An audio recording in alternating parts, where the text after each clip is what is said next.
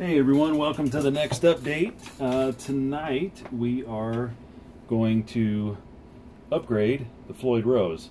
This is an original German Floyd Rose. Bought both of these secondhand in very good shape. They're definitely older. They have the proper relic in the wear on the fine tuner knobs there, and you know, a little bit of pitting in the chrome, which is just perfect because you don't want to have. We're doing the relic version, obviously, and a brand new one I thought would just look a little out of place. But you can see it's got the stock block on it, and I went out and ordered a couple of 37 millimeter brass block upgrades. Even though these Floyds had a 42 stock, I don't think that size was going to be appropriate for the Lock 5150 bodies. I'll show you why. When you place these down in position and then flip it over and look on the back, it's almost actually sitting. Oop, there you go. It's almost sitting, you know, flush out to the edge of the body route there. So hooking springs onto that is going to be kind of a tight fit. If you're not going to put a back plate on here, which we're not, that would be cutting into your trousers there. So I do understand that with the proper positioning, the Floyd is going to sit, you know, a little higher up, you know, to the pivot points on the screws, but that's not going to make that big of a difference. So to choose the 37, I basically took my steel rule and marked down 37 millimeters from the base here, put a piece of tape, place this back down into position, and saw where that line would be, and it's definitely the right depth. So basically, in order to, I don't know, this may be more of a tutorial on upgrading these things, but so when I ordered these from a gentleman that really helped me out price-wise, he did a complete teardown. And so I'm assuming, obviously, you know, when you put a Floyd in, the saddles need to all be adjusted for a proper intonation. And there's no way that this would have been intonated anyway. So normally I would go down and mark the position, you know, maybe with like a piece of paper or something, just to kind of identify that pattern where the saddles are resting on those Allen screws, provided it was coming off of a guitar that was properly intonated. This, however, I have no idea what it was on before, so that would just be kind of futile. And these are actually going to get shipped out to Lee Garver at GMW when I'm done for full assembly, and he'll take care of all this stuff. So really my mission tonight is just going to be getting the brass big block on before they head out there. Now these don't have to come all the way out. I'm just backing the Allen screws up just enough so that the saddles can move freely. We just need to slide them off and get access to the 3 big Allen screws that rest underneath. So once you get those up, they don't have to come all the way out.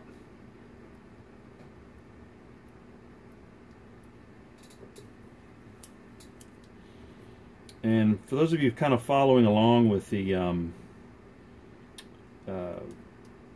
the video series here, I've made these videos public. They were unlisted. I made them public, so if you're subscribing, I appreciate you watching and kind of following along. Actually, I'm about to lose the blocks coming out here too.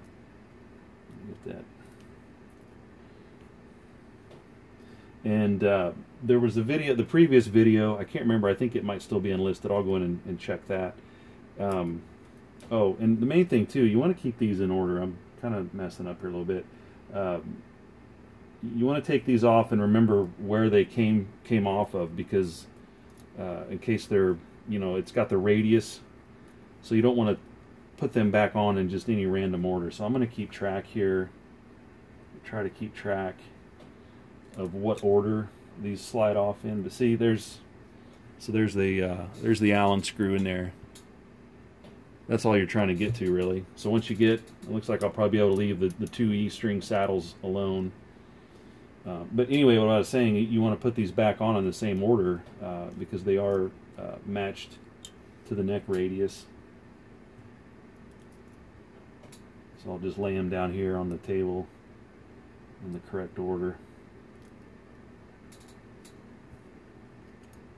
But yeah, so I have you know, several videos now and kind of talking about the which one is it? The progress. The last video, for those of you that thought the bodies were painted, they were, and there they are, back to white. I have started over, and if I can, I might put up a picture of why the red duplicolor paint did not want to come off. It was hard as a rock and almost impossible to work with. So strip the entire project down all the way down to bare wood, and then I am now using Sherwin-Williams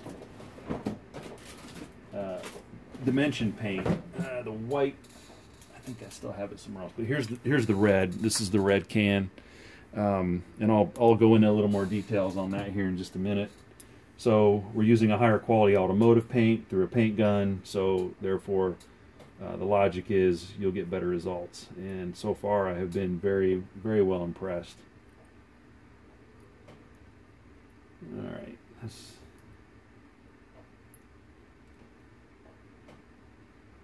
why is it that when you need a specific size, you never have it handy? I've got a container here full of these Allen wrenches,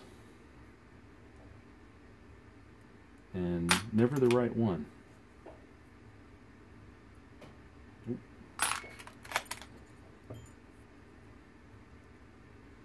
There we go.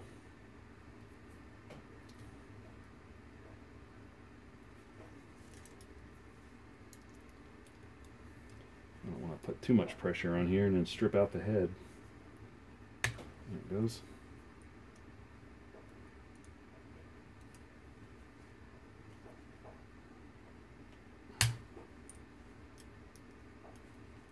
I guess he didn't want these coming off.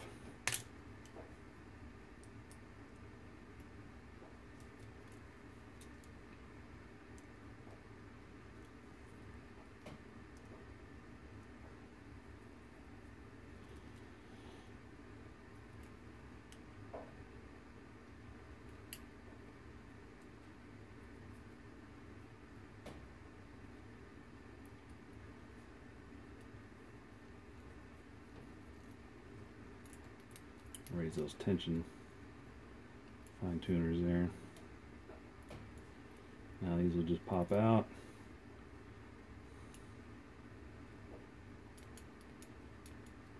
Yeah, I probably should have just gone ahead and removed these three. I think I will.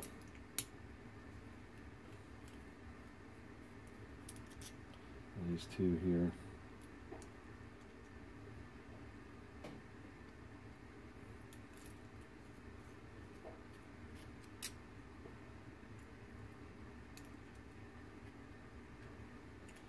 Okay, that's better.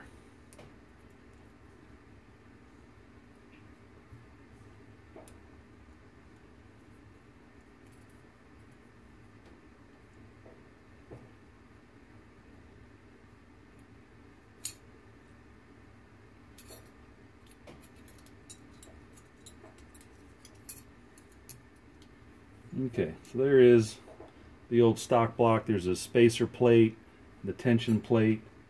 Now, when you compare that to the mass of the brass block, regardless of the length, that length would not have worked. But let's say you had a 37 stock block you were comparing to. There you go. That's going to be the difference.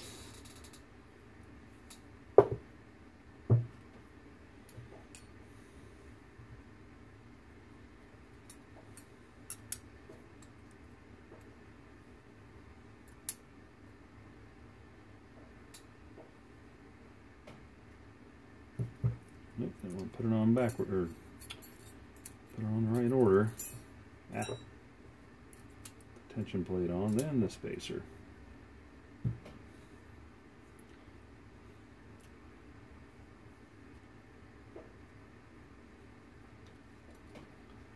me get a screw in here.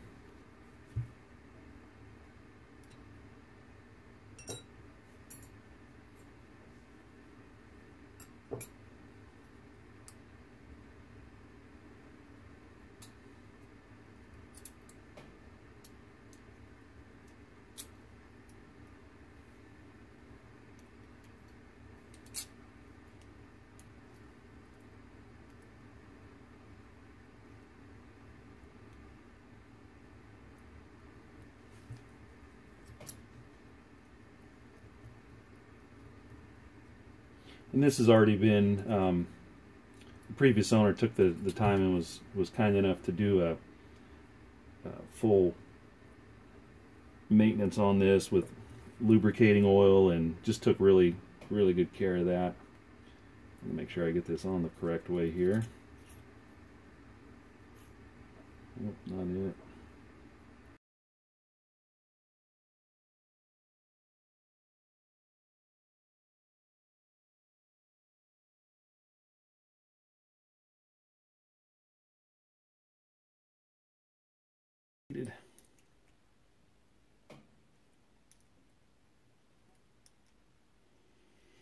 Okay, there you have it. There's the big block mounted.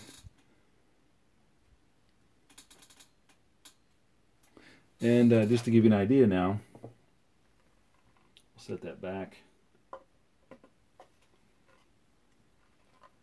And now you can see where the block house sits, just enough below this routing edge, or the body cut. So yeah, that's going to be perfect. And give you another look here, but this is the first body that I got taped up. I switched over to the Scotch, or the 3M fine line, which should work a little bit better than what I was using before. Went down really well. So everything is there. I'm going to now start working on this tonight. Hopefully get that one in the same position this is. I got to go back over it and press down where some of these humps are, but after I clean my hands, because I got oil on them, I don't want to be handling it too much. Okay, so I'll put the Floyd rows back together off camera there. Just wanted you to see the basics of putting the big block on. A couple of things that came this week. We've got the Pariah pickups. These are the, what do you call them, Pasadena Black. All right, he's got a white and a black. These are the black because I wanted them a little hotter than the Frankenstein era pickup. So actually, we paid the extra money to get the Relic version. Let's see, one of these I opened just to check it out. And yes, it is intentional to have this white piece of like medical tape. I don't know what you call it. It's just like a white gaffer's tape. That's exactly how Eddie's looked. It's got the string wear. I think that's where you might have held the drill or something, you know. But yeah, that white medical tape was on his. The base has got a little patina to it as well. So that is the Relic Pariah Black, and I'm super anxious to get this thing back assembled and to hear these pickups, because I've heard nothing but rave reviews about them. A boutique guy named Sean, and he's on all the forums. Got a couple of Pariah pics there too. I hope you can see all this. I'm trying to look at the camera, but I've got the tripod in the way here. So we've got the Pariah pickups. They're here. We've got both of the neck plates. These are the narrow Kramer neck plates. And I had a conversation with Dave at Frets on the Net about modifying his engraving technique, not using like a double-etched look. So it's more of a V-groove look. And the reason is because the original Kramer plates were stamped. It was a stamped steel. So these kind of have that look. And, you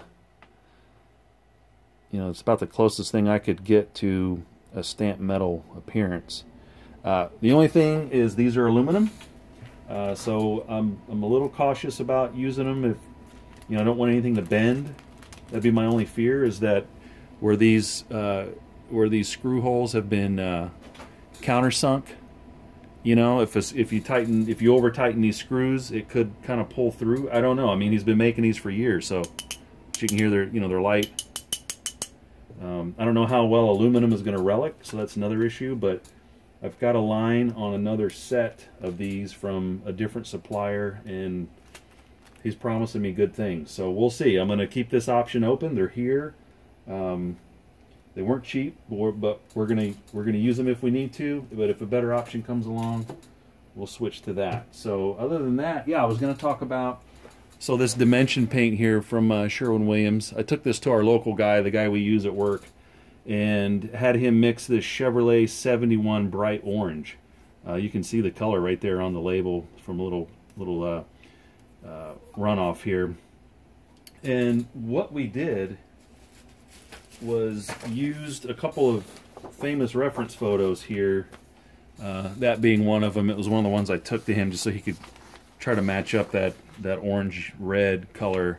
And but most importantly was this photo that came off of the Van Halen 5150 builders group on Facebook, and showing what that stock color was for Chevy that year, and how this paint code, this 12884F, was the code for the old RM paint company. So that was a good reference point to start out with. So looked a little further and came across this conglomeration of color swatches that show that 12884F compared to a cross-reference to a PPG, that's their version. And then it also shows the Sherwin-Williams code, was it 32384? So taking this to the automotive paint store, they mixed up based on that red, that 12884F. And let me make sure there's proper lighting on this. He put a little drop there to kind of color match it, and you can see it is like spot on. So that's what's in the can. We're going to use this for the for the red, and I believe, based on all the information I have, reading through a lot of old, not real old, but some recently posted information by George Felice, the original painter, the painter that worked at Kramer, that actually painted Eddie's 5150.